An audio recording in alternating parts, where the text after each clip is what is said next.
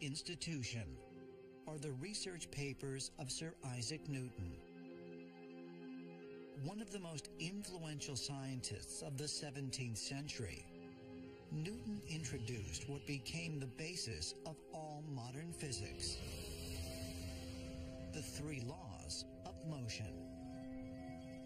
One of the things I think we often forget about people like Newton, he was also very much into alchemy, and he was very much a mystic himself.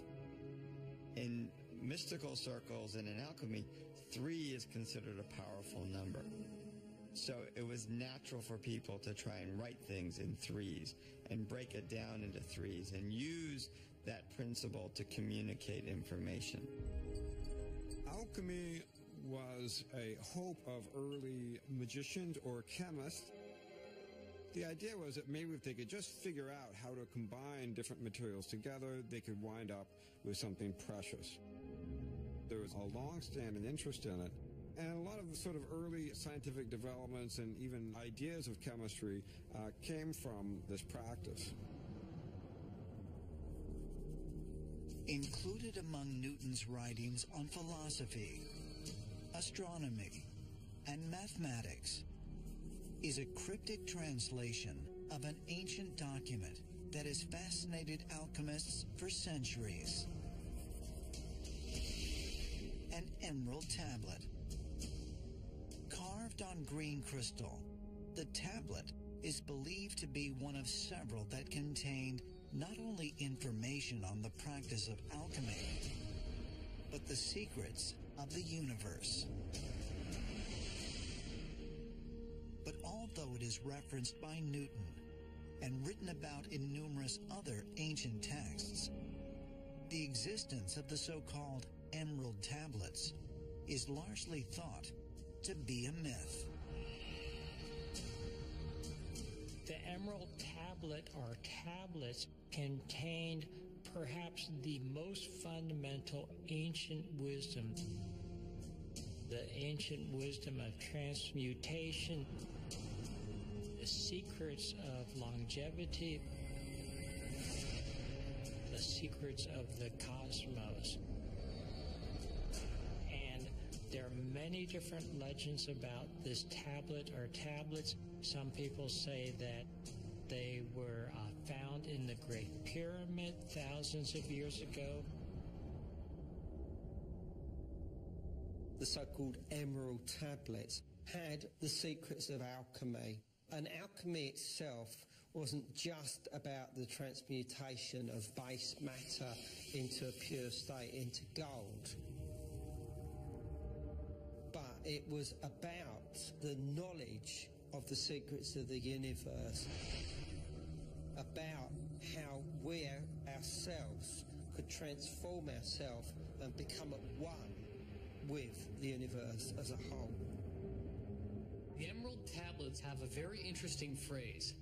3 is the great mystery, come from the great one. It says that 3 is the great mystery that unifies the universe. It says that power, wisdom, awareness all arises from this interplay of 3. What we're being confronted with in the emerald tablets is basically this notion that if we take 2 substances, we can make a 3rd substance out of this. 3 as such is always the power of transformation. It is the end result for the alchemist, basically saying, I took certain things and I created something new. And that is represented by the 3rd element. The information was written down, which basically detailed that if anybody were to possess this knowledge, he would become a master of life, a master over death, an almost supernatural being who could do anything at will. Were early scientists like Isaac Newton seeking extraterrestrial knowledge?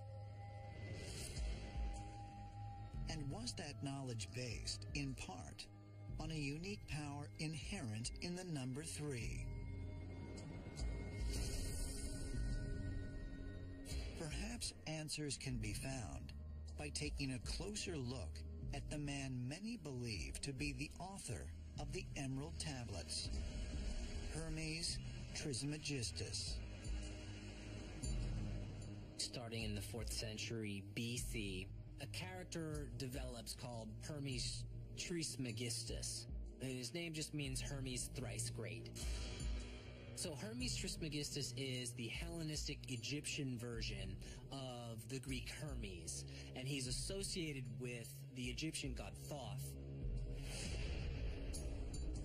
And so for that reason, primarily, he becomes associated with his magical practices of theurgy, which is doing the works of the gods, influencing the world. At some point, as the Greeks moved into Egypt and the Romans moved into Egypt, there was an endeavor to correlate the Egyptian traditions with the Greek and Roman traditions.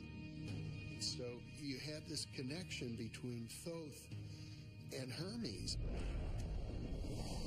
And the idea in both cases is this is the deity that is the messenger or the link between our human realm and the higher realm of the gods. According to some legends, he was a reincarnation of Thoth, the ancient scribe of Egypt, the scribe of the gods. He was an individual who brought knowledge, who brought wisdom. He was considered thrice great, 3 times great. Hermes descended from the sky in what was considered to be a flying ship. And we have the exact same story in ancient Egypt with Thoth, also having descended from the sky, and his whole premise was to teach the people in scientific disciplines. Was Hermes Trismegistus really the reincarnation of the Egyptian god Thoth? And if so, did he serve as a messenger between man and the gods, as the ancient Greeks believed? Or might he have been, as ancient astronaut theorists contend, an extraterrestrial being, one who brought mankind the knowledge of the universe in the form of emerald tablets? The Emerald Tablets are a fascinating body of knowledge.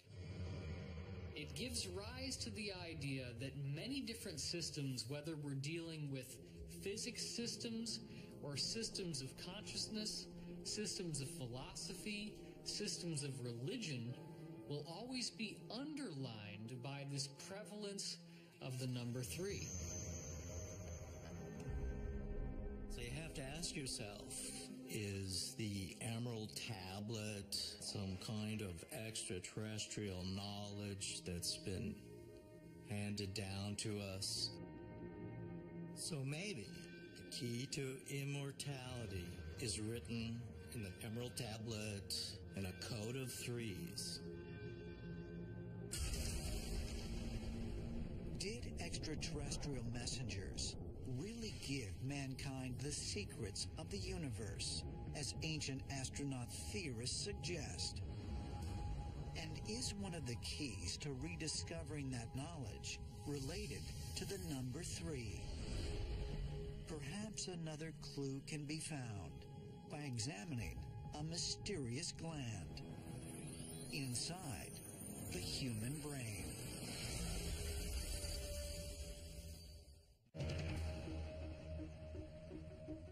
Washington, D.C.,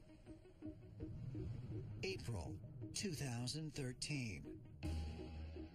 We have a chance to improve the lives of not just millions, but billions of people on this planet through the research that's done. U.S. President Barack Obama unveils an ambitious government-funded research project designed to map the human brain. Titled the Brain Initiative, the program promises to shed new light on how human beings learn, think, remember, and create. So there are many things that science still does not understand about how the human brain works. There's 100 billion neurons in the brain, and then there's about 100,000 trillion connections possible. If we can understand that, if we can crack the neural code, it'll unlock a lot of answers to understanding things like disease and how to cure them, and it really is the final frontier of human anatomy. Just how the human brain functions has remained a mystery that has puzzled mankind for thousands of years. But according to many ancient cultures and religions, the workings of the brain are not the mere workings of a human organ, but are linked to something much more profound, something of extraterrestrial origin.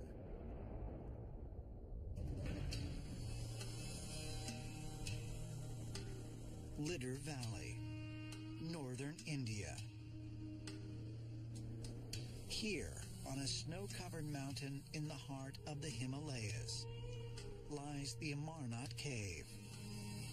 Every summer, thousands of Hindus make the treacherous journey through the steep terrain to witness the formation of a massive vertical ice stalagmite thought to represent Lord Shiva, one of the most powerful gods of Hinduism. According to mythology, it was in this cave that Shiva revealed the secrets of creation to his goddess wife, Parvati. There are three great divine energies in the Hindu imagination involved in the creation story. Brahman actually creates things. This is the great god Brahma, brings things into being. Vishnu maintains reality, and Shiva destroys. Now, Shiva is just as important as the other two divine energies. In fact, the Trinity would not exist without the destruction. You cannot have renewal. You cannot have continued growth without the destructive energy. In Hinduism, Shiva is often pictured with a trident, the prongs representing his three fundamental powers: will, action, and knowledge. He is also often illustrated as having a third eye in the middle of his forehead. But why? In the iconography, he is clearly depicted with a vertical third eye right in the middle of his forehead. With that eye, he can see things. He has a clairvoyance. When his eye opens, it also radiates a lot of energy through that eye. And then when that is opened up, then everything becomes clear. And then, of course, the universe is yours. Because then you are able to communicate with everyone else, because then you are in par with the cosmic frequency.